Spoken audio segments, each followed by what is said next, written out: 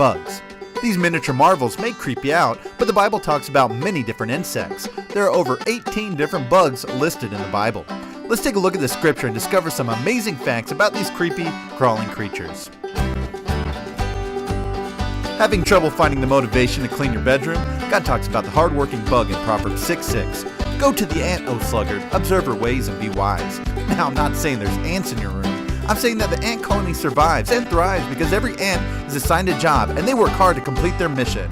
For the male ant, it's just to mate and then die. Hey, girls, listen up. It's a female that does all the work. The female ants dig tunnels, collect and process food, and care for the other ants. Each ant colony has at least one leader, and they call that leader a queen. Ants are clean and tidy.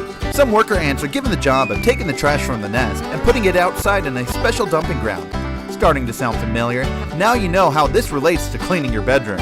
No wonder the Bible tells us to observe them. Ants are capable of carrying objects 20 times their body weight with their mandibles. That's a fancy word for what looks like a tweezer at the end of their mouth. They use it to carry things and defend themselves. Now, if we had the strength of 20 times our body weight, we'd be able to heave a compact car over our heads. Ants are always around when we have a summer picnic. Well, what about the cold winters? While you're busy working in school during the colder months, ants are actually hibernating to keep them safe from the freezing temperatures and snow. They even close their entrance to their nest, so it's protected from the cold. Where do they get their food for the colder months? The Bible can answer that question. Proverbs 30:25, the ants are not a strong people, but they prepare their food in the summer. We know ants are not strong. They need to be watchful, especially for your big shoe. And they are busy, hard workers preparing food for the days to come. All this talk about food is getting me hungry. How about a nice fried locust? Yuck! This wasn't so unusual in Israel in the past or even in the present. God told Moses what kind of bugs the Israelites were allowed to eat. Leviticus 11:22, even these of them ye may eat, the locust after his kind, the bald locust after his kind, and the beetle after his kind, and the grasshopper after his kind.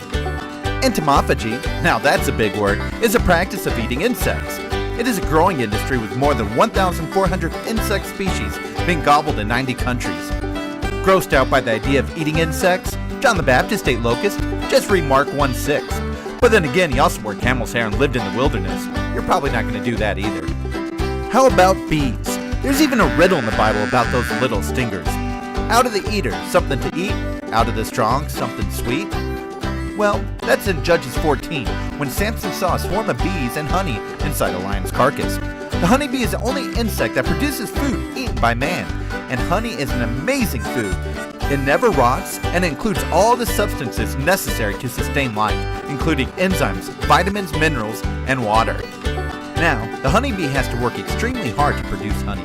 A hive of bees will fly 90,000 miles, the equivalent of 3 orbits around the Earth, just to collect 1 kilogram of honey. In each trip, the honeybee will visit 50 to 100 flowers. Despite all the hard work, the average worker bee produces about 1/12 of a teaspoon of honey in her lifetime. Now you know why there are so many bees. Just like the ants, they need to work together to get the job done. And just like the ants, there's a queen bee leader. So, learn from the insects, work hard, and work together. You just might get your room cleaned faster than you think. And next time you see an ant, grasshopper, or honeybee, think about how awesome and creative our God is.